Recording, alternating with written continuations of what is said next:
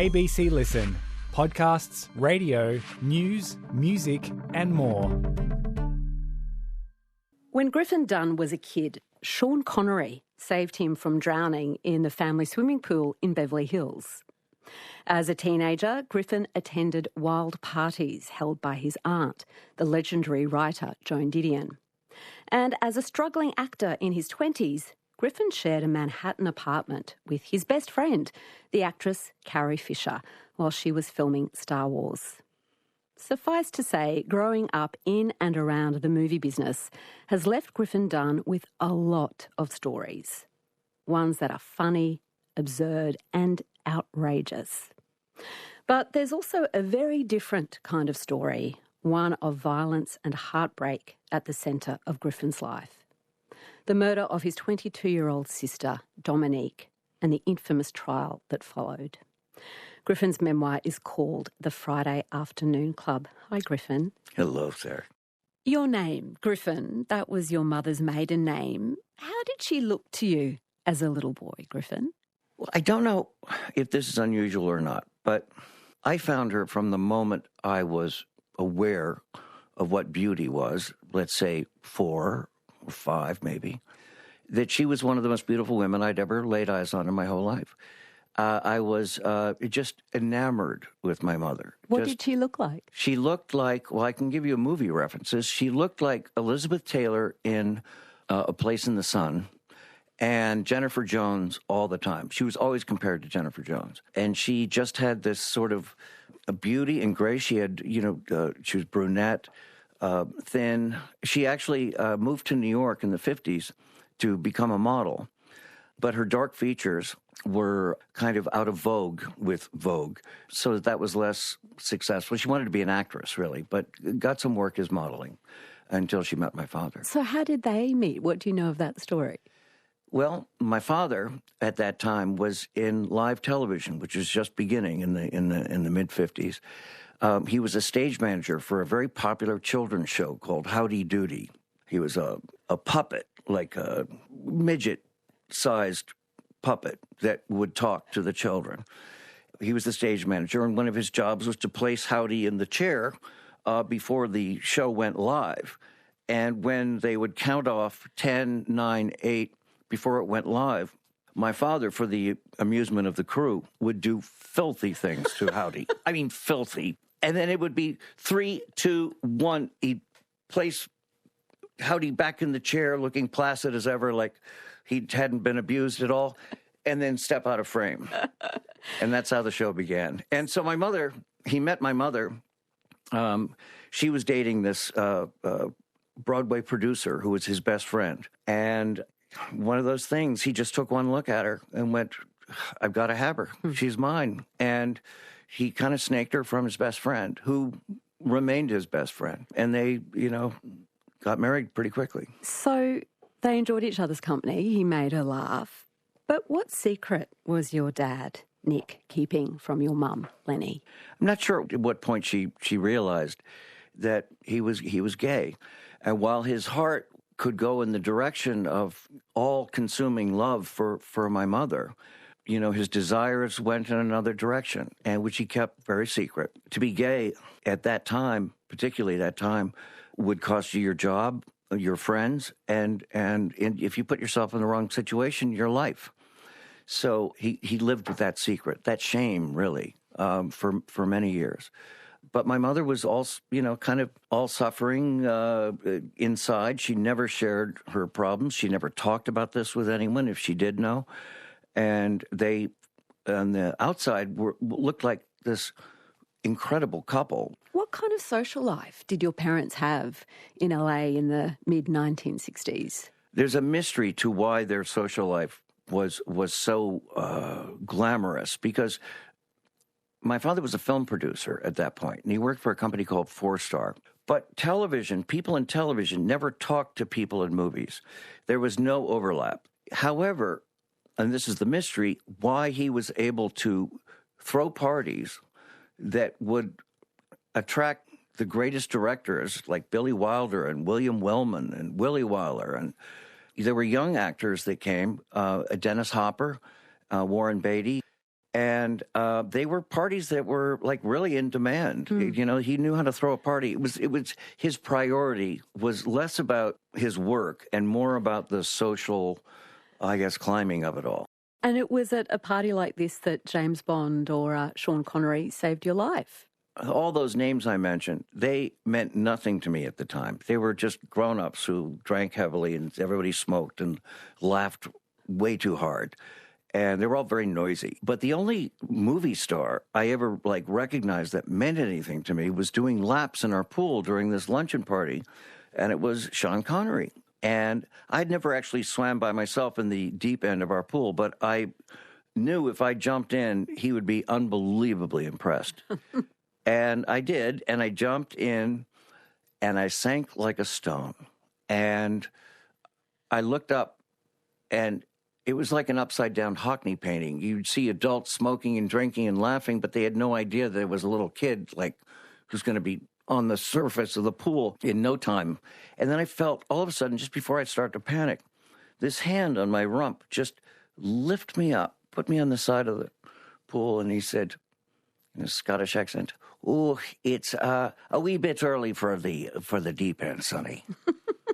Your parents had another son, Alex, and then a daughter, Dominique. Tell me about the good night routine that the three of you had as little kids when your parents had guests over. Oh, God, yeah. You know, my father, if I'm not getting this across, at that point in his life was terribly superficial. I mean, how things looked was more important than how things were. And one of the looks he had in mind for us was when there were parties and it was time for us to go to bed, my brother and I wore matching, silk robes and slippers, and my sister had a little, Dickens bonnet on her head and her little nightgown. And we came down the stairs, and Dad would say, "Do you want to say goodnight, kids?" And we go, "Good night, everyone." And my brother and I would bow simultaneously, and my sister would curtsy, and all the adults would go, "Ooh, that's so Von Trapp adorable." family. It's just like that. Yeah. And, years later, I'm smoking a joint with Dennis Hopper, and we were working on something, and took a big hit of pot. And he goes, "I saw you at your dad's house doing that bowing routine. I tell you, that was the saddest thing I ever saw in my life." This stage of your parents' life kind of ended with a bang with a house party that your dad threw in 1964. What was special about it? That was the 10th anniversary of my parents' marriage. And I can only assume that my mother was quite reluctant because somewhere deep down she knew there would never be an 11th anniversary. Not that I was privy to it then, but I learned later on.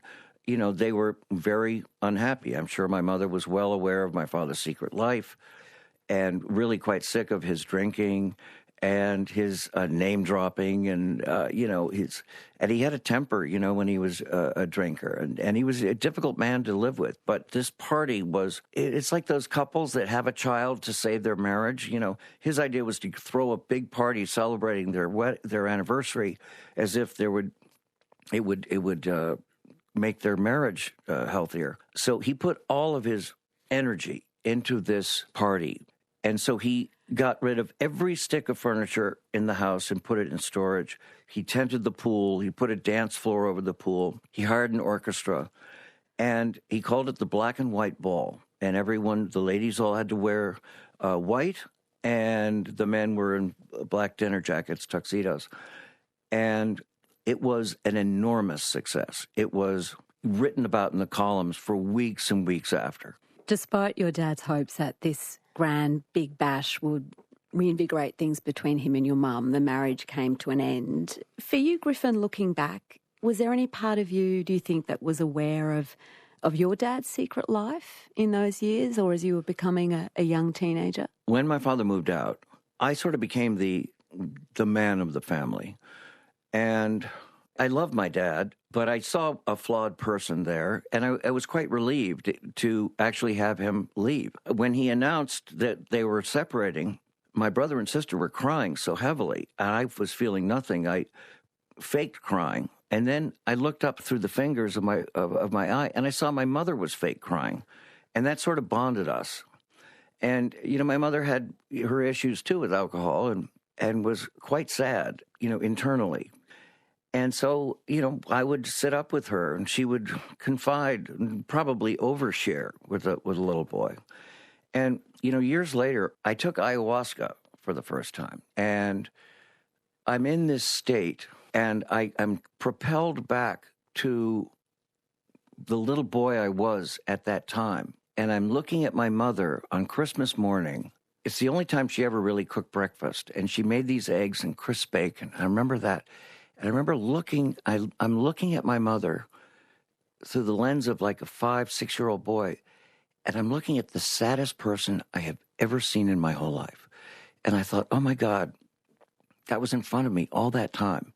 I never saw the sadness. Your dad's younger brother, John Dunne, and his wife, Joan Didion, had moved to LA when you were kids. How did they become the new it couple in Hollywood, kind of take over that mantle almost from your mum and dad? When they came to Los Angeles in the mid-'60s, they would come to my parents' parties, and my dad introduced them all around, and my dad was the big fish in the pond there, and John and Joan were writers, and writers in Hollywood are hardly valued. But they were actually very serious journalists. And my Uncle John was embedded with the troops in Vietnam with David Halberstam. And Joan was writing, had a huge followership in Vogue magazine. But that didn't mean anything in Hollywood. And so they were really starting from the ground up. And my father really elevated them. But after the split up of my parents' marriage, the culture in movies were also changing.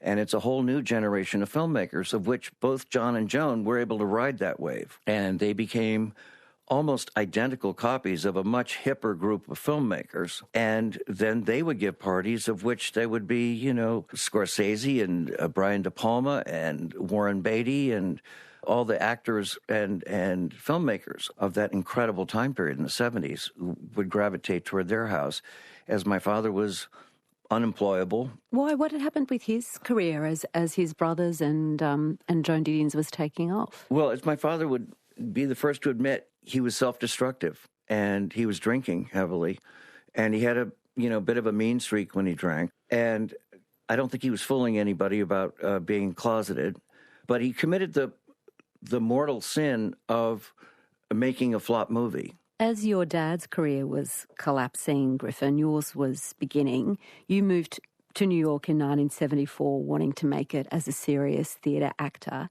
How did you end up living with Carrie Fisher? We met when I was just 16, having just gotten my driver's license, and she was 15. My brother, who was just, Alex, is the most open-faced sandwich of nothing but love. Just give. He announced, I've met a girl I'm in love with, and I want to marry. Her name is Carrie Fisher. And he looks at me and he goes, and don't you try to trick her into liking you. So Carrie came to the house an hour later, and God, she was so funny. And I refused to talk to her. But the more silent I became, the more sultry and fascinating I appeared to Carrie. And she had these quips that it was impossible for me to not throw one back at her. And we're doing a rat-a-tat, and Alex is looking, and he sees the train has left the station, and the two of us have identical senses of humor. So were you ever a couple, you and Carrie? No, we decided, it didn't even a conscious thing. We just knew we were friends, and we didn't want to screw it up. So when I moved to New York, which was, a year or so before, we were, in constant touch, long phone calls, and she'd send postcards. Sometimes you'd get in the mail 30 postcards. There was all one postcard, just carrying on with all the things. You had to read them in order. But I was living in New York, and I was living in the East Village in a little crappy little apartment. And Carrie moved to New York to be in a play. Her mother, Debbie Reynolds, was starring in a play on Broadway. And she was in the chorus. And I was working at a restaurant called Beefsteak Charlie's, or if I was at Radio City Music Hall selling popcorn, I'd go there after work. And then Debbie summoned me to her dressing room and said, my daughter wants to live in New York City, and I won't let her unless she has a roommate, and you're that roommate. So I went from my crappy little apartment to a building called Des Artistes in New York. It's on the Upper West Side. It was built for artists. And that's where we became roommates. And what was the decorations like in that apartment? What did it look like? Well, Carrie was a compulsive buyer. She could not stop shopping. And every time I came back to the apartment, there would be, like huge props from some amusement park that had been shut down, or Bob's Big Boy statues, which is a fast food restaurant. And it took on the place of a fun house. And, and I had my, where's my Bob Dylan poster? It was right there. And he goes, no, now it's Fiesta Wear is there. It looks better than Bob Dylan, don't you think? And she was so popular that the phone never stopped ringing. And there were male suitors over and over, and who would call me to get the secret of how they can get Carrie to fall in love with them. But I knew none of them ever stood a chance. And then one day, I was also auditioning, failing miserably at that. And she was auditioning, and one day she came back and said, listen, I got to tell you, I got a movie, and I'm going to have to shoot in London for a long time. And I go, well, what's the movie? And he goes, oh, I don't really understand it, but it's set in outer space. We're on a spaceship. Well, who's in it? Like, I'm suddenly very competitive. Nobody my age went, well, there's this kid who's your age. His name's Mark Hamill. And then another guy named Harrison Ford. I said, Harrison Ford? Wait a minute. I know him. I love that guy. And he was the carpenter on my aunt and uncle's who built the deck at their house in Malibu. We should all be so lucky to have a carpenter as Harrison Ford. He was like a struggling actor, like in his early 30s then, and smoking joint after joint after joint. And I used to try to help him, be his assistant. But I took one hit off that pot, and I couldn't tell the difference between a saw and a hammer. Anyway, I just idolized this man. As Carrie would say, you loved him more than the other carpenter, Jesus. I went, yes. And, of course, we know what that movie was. So she's going off to make Star Wars in the UK, and not only a few years later, you made your own movie in the UK, your first starring role in the film An American Werewolf in London. After all this auditioning and screwing it all up, I'm dyslexic, so I found it very difficult and would never get a part. Here I get this part, and the director, John Landis, doesn't even audition me. We talk for about 10 minutes, and he gives me the part. And so suddenly I'm like, a week later, I'm flying to Los Angeles for a makeup test. Rick Baker, the makeup man who would eventually win an Academy Award, the very first Academy Award for makeup, puts the first transition of when I'm just been torn apart by the werewolf. And I'm watching it just evolve, the violence on my face and my jaw and my neck had been torn open, and Rick has this little vein that's bouncing around. And I know people in Halloween love to dress up, and I've been to horror comps where people actually dress up as my character. There's a great joy in that. I found no joy in it. I was completely depressed, and I kept thinking of my mother. My mother had multiple sclerosis that had been diagnosed some years earlier. And I've always been concerned about her health. I was still the little boy who just, wanted to take care of her and who was so beautiful. And I thought, if she saw me like this, is it going to make her condition worse? So I didn't have the joy of that. And then the English crew constantly wanted to take me into bars and walk me into bars and order a drink and have the beer come out of the holes. And I know that was a good bit, but I couldn't bring myself to do it. Back in LA, your sister Dominique was also getting into acting. What was her big movie break? Well, that's the great irony is that, both of us weren't big horror movie fans. And her big break, first I should preface this by saying, I just told you how I struggled over and over. I could never get it going. And one day she called me all excited to tell me, Griffin, I have such great news. I said, what? She goes, I want to be an actress. And I go, oh, come on. It's the worst. Why are you doing this? It's even for a woman, it's even worse. Please don't. Oh, come on. Look at me. I've been doing this for years and I'm not doing it. And I'm so embittered. Yeah. And I'm a bitter dude. And I'm only 20 something. Yeah, come on.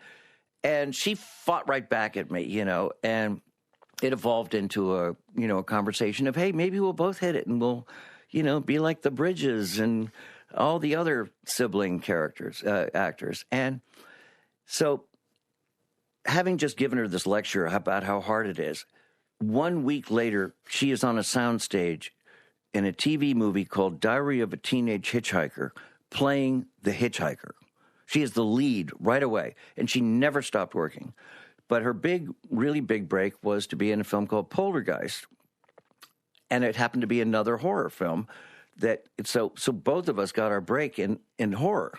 While neither of us were huge fans, but we loved the movies. But that's when that was a big deal. And Steven Spielberg was the producer, and he was there every day on the set and got to see her and see how incredibly talented she was. Besides acting, what else was Dominique passionate about? She was sort of like the Mother Teresa of animals. And all our cats, they were all black. They were all homeless. After a while, I think the other cats would just show up and going, I hear you guys are taking in boarders. And so we had 2 dogs and 3 cats, and all of them had the most unique personalities. And one of the dog, it was just covered open sores on its back and smelly, and she just loved this smelly dog. If you pet it, your fingers would smell for a week. But she didn't care. She just loved these animals. She loved music. She wasn't a musician, but she was passionate about music, and then she was passionate about acting. What were your first impressions when she introduced you to her new boyfriend, John Sweeney?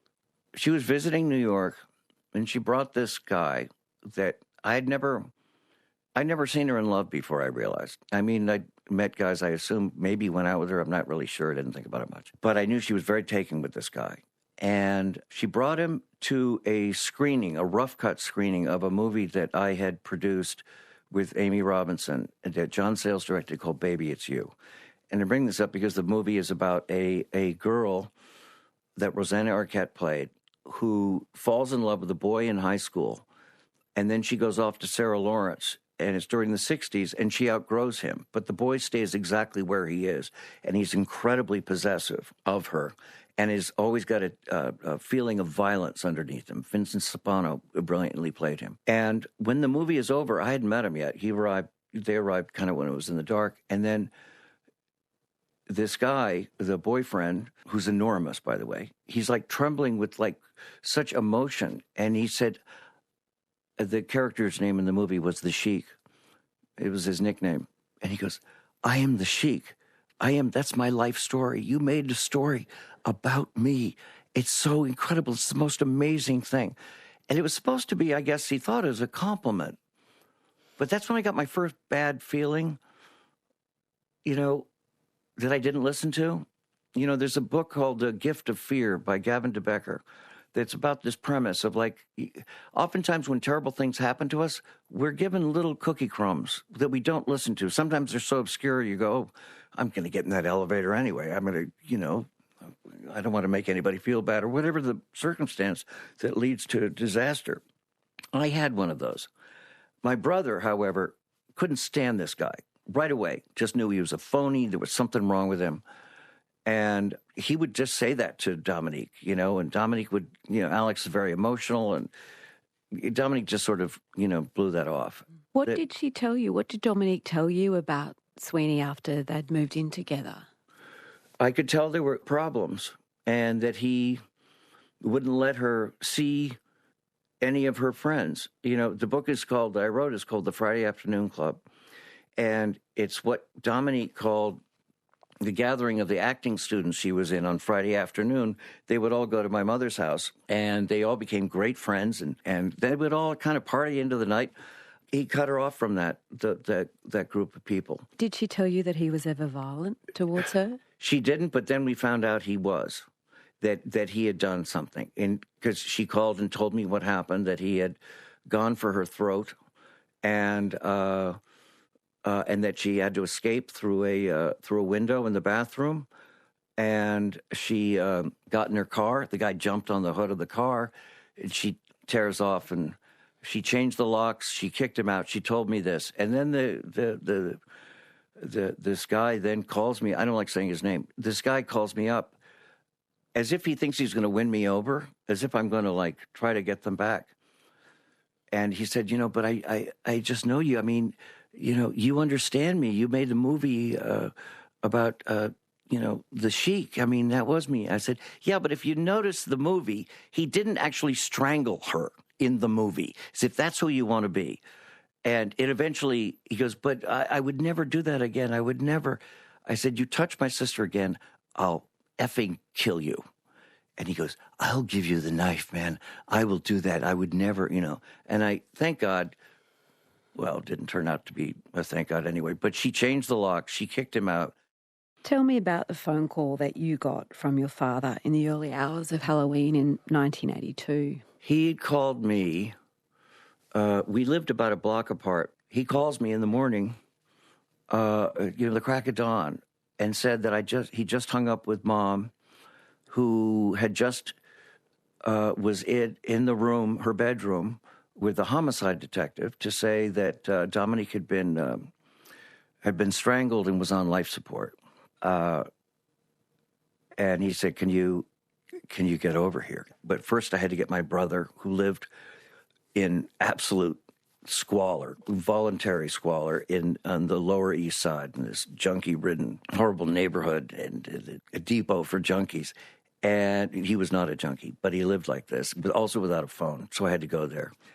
And as soon as I banged on the door, as soon as he opened it, he looked at me and he said, "It's Sweeney, isn't it?"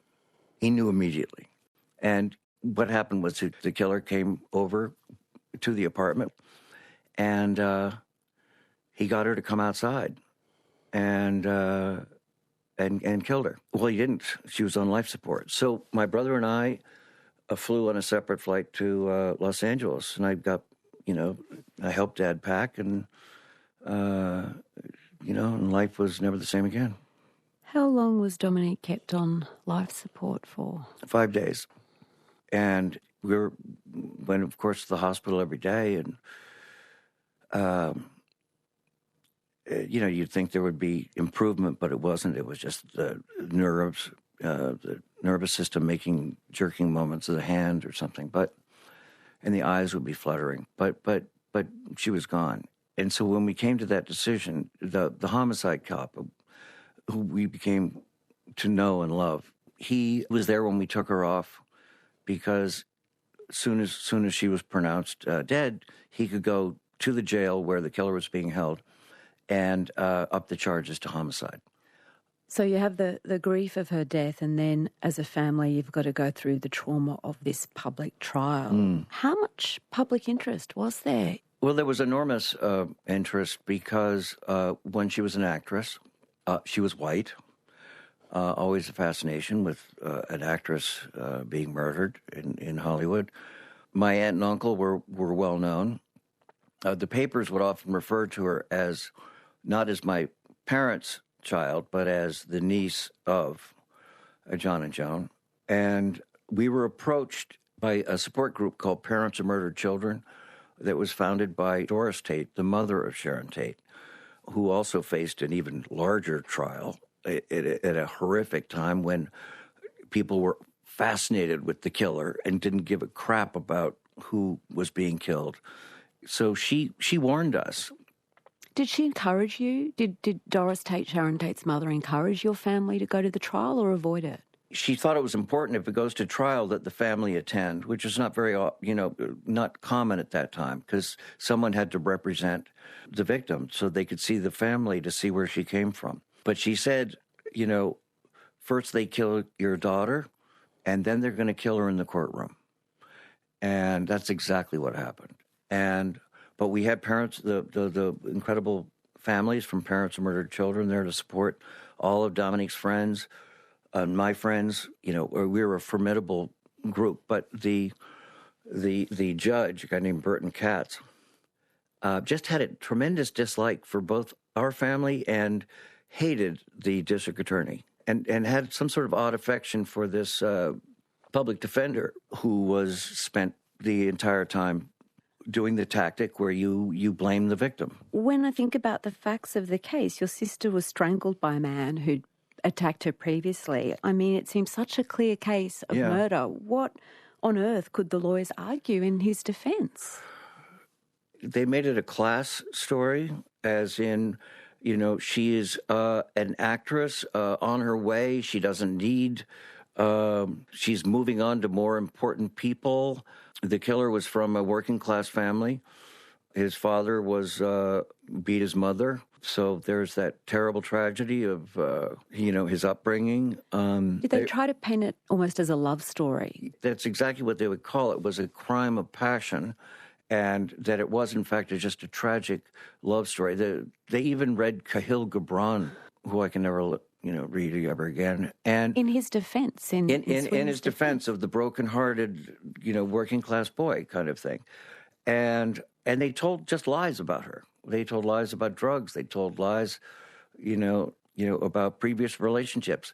What they didn't tell you, which was probably the worst point of the trial, was we had found out that the killer had a previous record and history of violence against women, and of which Dominique had no idea about. And we tracked the woman down, and she was terrified of coming in. We had also found out that when the funeral was happening, she was across the street watching. So she bravely came to the courtroom to talk about the abuse that she suffered. And the judge, perversely, dismissed the jury from hearing the testimony because it might be prejudicial, because he wasn't being tried for previous. So they missed Iris, is her name. They missed her testimony of having her eye socket hit so hard that she had to have surgery on her eye and on her jaw, that she spent 3 months in the hospital. And during this, which, again, the jury absent, the killer gets up from his table as if to approach her, and is then wrestled to the ground by the bailiffs, screaming and yelling with rage. The jury never saw that. So they missed that. And then we all ate in the same restaurant every day, my family and our supporters, on a long table. And then, oddly, for some reason, the jury ate in the same restaurant, and they were on the other side, sort of elevated on the other side of the restaurant.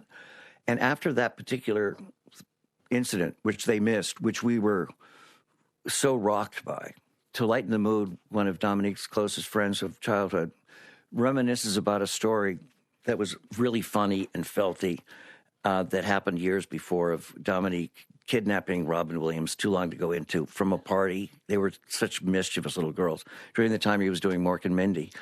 And it was a house just up the street. They brought him over, and Robin came up and did 15 minutes for Mom. And we're doing the jokes that Robin did, and we start to laugh, and we laugh, and we're crying with laughter. And, of course, it's a release from the horror of, the hour earlier. I look over at the table, the jury, and they're watching us in horror. In horror. They're going, what kind of people are these? And, they don't understand. Grief hadn't touched their lives. Violence hadn't touched. They didn't know that we have a sense of humor. We're all a bunch of funny people, no matter how bad it's going. We're Irish, Mexican funny. And so we'll pull a laugh out of the darkest periods of our lives. But the jury witnessed that. And then when it came time to the verdict, I think with the combination of not knowing about his history and seeing the callous Dunnes roar with laughter, and the depiction that the defense did of Dominique, the false depiction, they deemed her not worthy of even a murder sentence. It was called manslaughter, and sentenced to 6 years, and which he was out in three and a half. And, at the end of the trial, after this verdict came down, the judge goes, I want to thank the jury for your hard work. And on behalf of the court, the Dunne family thanks you. And my father shoots up, stands up in this courtroom, and it's packed and it's televised. By this point, the trial is, very high profile. And he stands up and he goes, don't thank the Dunne family on your behalf. You kept important information out. He's going, Mr. Dunne, you have to remain silent. I'm going to have you thrown out of here. Yeah, throw me out. Throw me out. It doesn't matter anyway. It's over. It's done. You've ruined it. And he gets outside. He takes my mother in a wheelchair. They go outside. The doors fly open, and there's a swarm of press. And he lays out what happened. And he lays out about the testimony. We had a gag order. We weren't allowed to talk. And he tells the people what happened. They were shocked. They were disgusted. The public reaction continued to be changed once your father wrote about the trial. How did he end up writing this account of this terrible chapter in your family's history? Literally the night before he went to Los Angeles to attend the trial, of which we were all going to go to. He wasn't this man who, lived for socializing. That was no longer a priority. He'd been through too much to ever. He couldn't believe he ever thought all that crap was important. But he got coaxed by one of his close friends, who's always by his side, a writer named Marie Brenner, a wonderful journalist for Vanity Fair. And she seated him next to Tina Brown, who was just about to take over Vanity Fair. And he didn't go to these parties because he didn't want to talk about it like it was going to be party talk, what he was going through. But for some reason he did with her, not as party talk, but confiding in her why he was going and how scared he was because he didn't understand the judicial system and he'd never been in a courtroom except for parking tickets and stuff. And she said, if you write about this, I will publish it. It'll be the first thing I publish in the magazine. And he did. And he did, and it was an article called Justice, and it was writing this was how he found his voice as a writer at great cost, but it's how he found his voice and his purpose as a journalist, as a crime journalist that Tina immediately recognized that he would become a journalist totally unique from anyone else because he was writing about crime from someone who had lived through it in his life personally and been through the judicial system and saw the injustice of the judicial system. So this article came out and it just established him, but it also, people were shocked. People were shocked at what we went through and who we were. How did you feel about him writing that article, about that being the kind of springboard for his midlife renaissance professionally, this terrible thing? Well, I was very conflicted. I didn't have. It was still fresh to me being back in New York and after the trial and everything, and then to read, I felt so exposed, and because it was not just, it wasn't him. It was about our family, And I remember I was on a movie that I was acting in, and I look around and everyone is reading the article. On a break or something. There must have been 4 copies around in my eye line. And I thought it was, an invasion. And it took some time for me to realize that what he wrote was so important, not only for other people to understand, but so important to my life, what he described, and my brother's life, that if I ever felt I was going to be serious about someone in my future as either a girlfriend or a close friend, it became a document. I would say, you have to read this before you understand anything about me. It remains the most brilliant and searing piece of journalism ever written from that point of view. No one's ever touched upon what that article does. So it became this extraordinary turning point in your dad's career. What about for you? What happened with your film career after the trial was done? How do you think back to those years? Well, I was really rocked in so many different ways. I became a bit self-destructive myself, but I was working. As an actor, during the trial. I was in the silliest, funniest comedy called Johnny Dangerously with Michael Keaton, who became one of my closest friends, and all these other funny people. So I was able to on the days I wasn't in the trial, go and play an actual district attorney in a gangster spoof, like a Warner Brothers gangster spoof, in courtroom scenes, but being ridiculous. It was such a gift to be able to turn off that part of my life and get into this silliness. But then I produced, Amy Robinson and I optioned a screenplay that we got Martin Scorsese to direct called After Hours. And suddenly I became, quite well known for that.